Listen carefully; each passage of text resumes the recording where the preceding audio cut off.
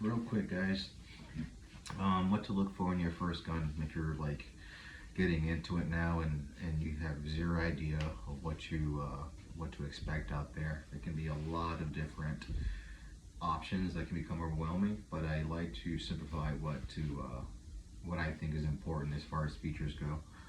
If you don't have an optic or that means to put an optic on there, or not, you don't have the budget for one. If you're doing IR sights, what I would go with is, or what I recommend rather, not what I would go with, is something that's high definition in the front for your front sight, and then having nothing in the back.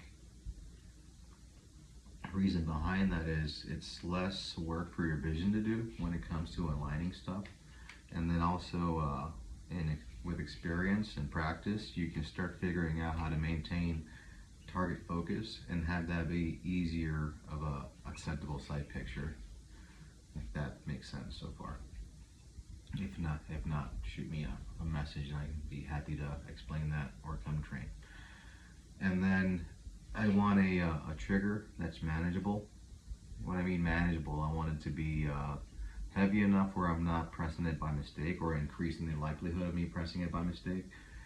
And I want it to be easy for me to move straight back without it involving the rest of my hand muscles, right? So whatever that means for you.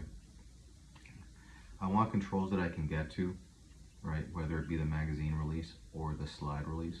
And I also don't want them to get in the way.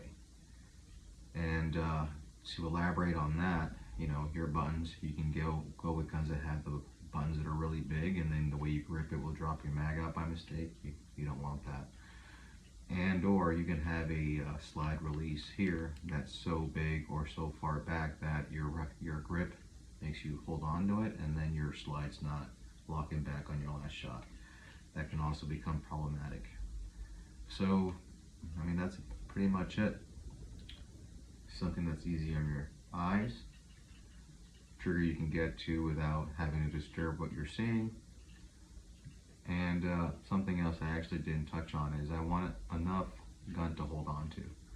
If it's a tiny gun, if you get into the argument of carry versus shootability all day, that's a whole nother video. But just something that I have enough real estate that where I can hold on to enough gun where I can control and manage recoil. And that's it. You can find that feature set in almost any manufacturer that's reputable out there.